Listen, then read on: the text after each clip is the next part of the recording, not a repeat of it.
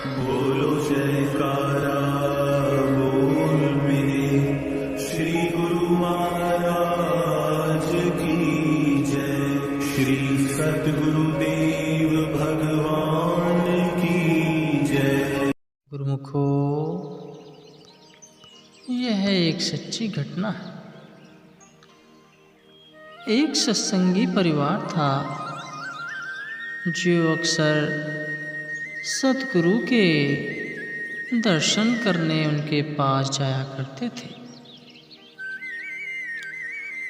और उस परिवार में उनका एक लड़का था जो कि इन सब बातों को नहीं मानता था, रूहानियत को नहीं मानता था। लेकिन जो उसके माता पिता थे उनको नाम की बख्शीश हुई थी, और वह जब भी सत्संग सुनने जाया करते थे या फिर सेवा करने जाया करते थे तो अक्सर अपने बेटे को भी कहा करते थे कि हमारे साथ चला कर। लेकिन वह नहीं चाहता था, क्योंकि उसे यह सब अच्छा नहीं लगता था। उस लड़के की माँ ने उसे बहुत जोर डाला कि बेटा महीने में एक बार ही सत्संग पर आ जाया कर, सिर्फ एक बार ही गुरु घर चला जाया कर, वहाँ जाकर सेवा कर आया कर। लेकिन वह अपनी माँ की बात को नहीं मानता था और हर बार ही अपनी माँ की बात को इग्नोर कर देता था। लेकिन जैसे जैसे समय बीतता गया, लड़का बड़ा हो गया था तो वह गलत साथ संगत में पड़ गया, और यह बात उसकी माँ को भी पता थी कि मेरा बेटा गलत संगत में पड़ गया है।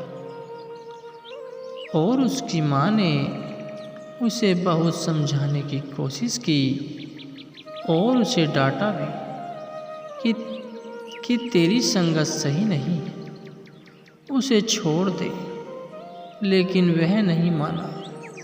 तो गुरुमुखो, उसकी माँ कमाई वाली थी, रोज़ाना भजन सिमरन को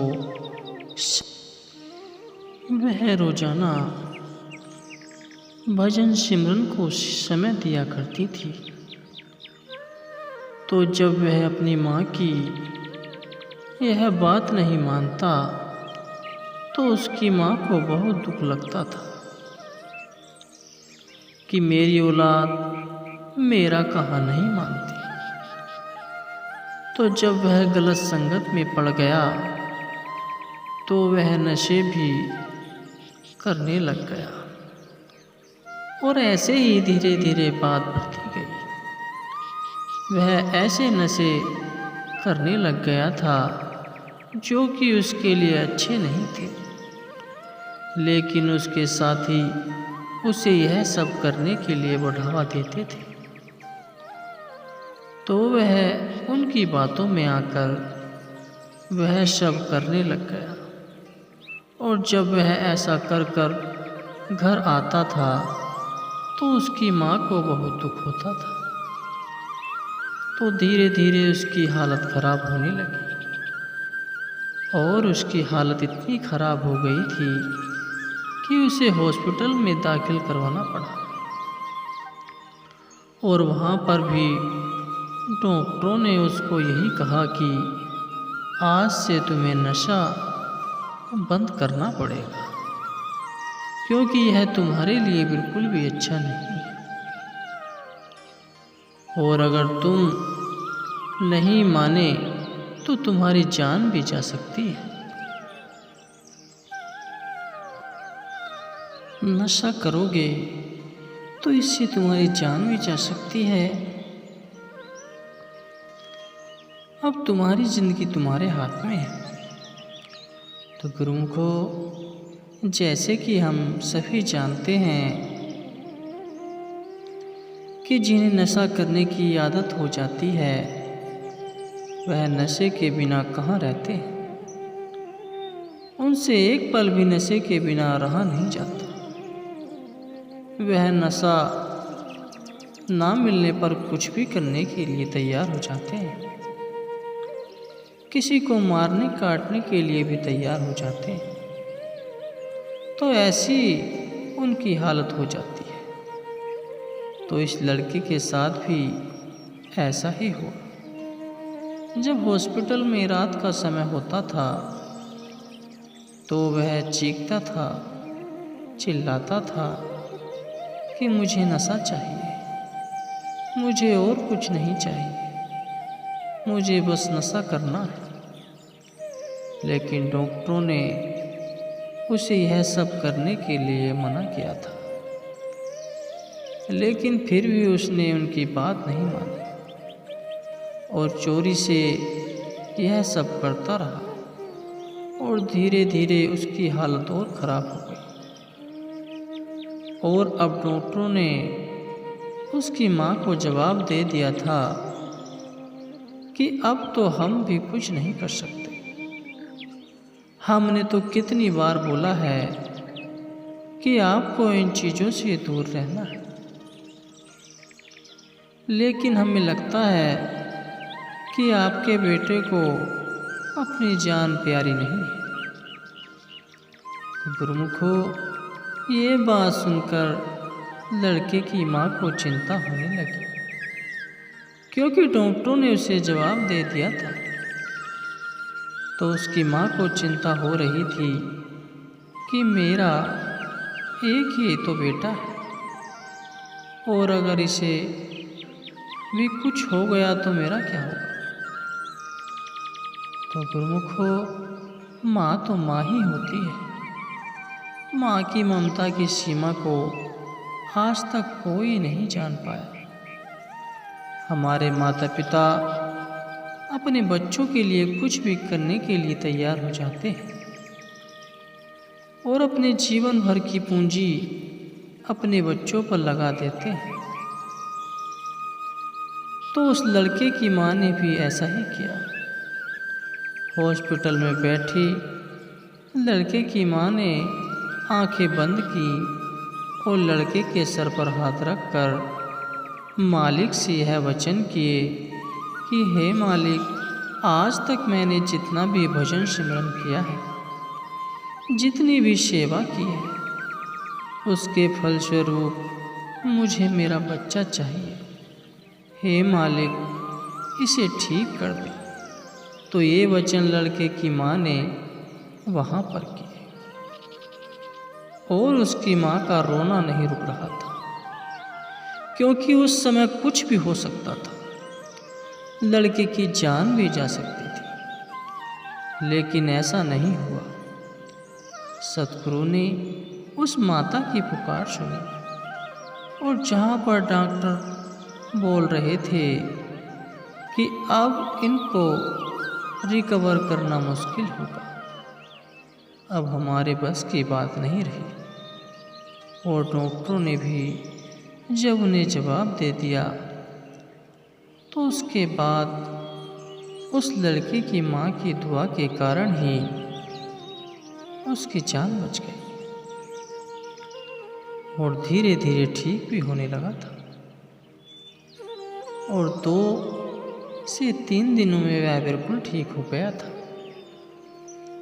और इसी बात को देखकर वहाँ के जो डॉक्टर थे वह भी हैरान थे कि जैसी इनकी हालत बनी हुई थी, बिल्कुल भी नहीं लगता था कि यह बच पाएंगे, लेकिन फिर भी यह चमत्कार हुआ। तो यह सब देखकर वहाँ के जो डॉक्टर थे सभी हैरान हो गए थे कि यह कैसे हो गया, क्योंकि हमें तो लग रहा था कि अब इनके कुछ ही दिन और हैं, लेकिन यह तो बहुत जल्दी ठीक हो गया। तो गुरुमुखो, उन डॉक्टरों को क्या पता था कि उस लड़के की माँ की वह दुआ ही उसको बचा गई है।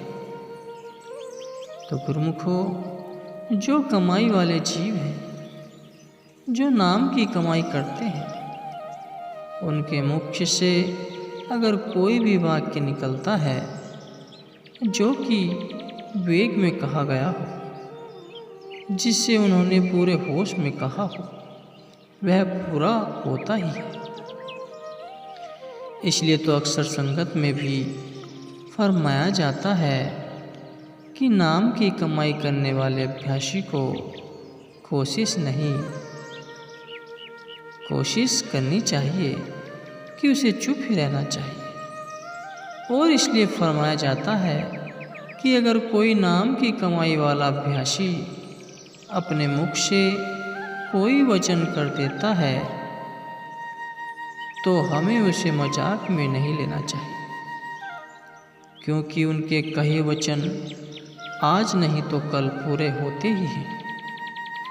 इसलिए लोग अक्सर संत महात्माओं से संभल कर ही बात करते हैं और काम की ही बात करते हैं, क्योंकि उन्हें डर रहता है, पता नहीं इनके मुख से क्या निकल जाना है।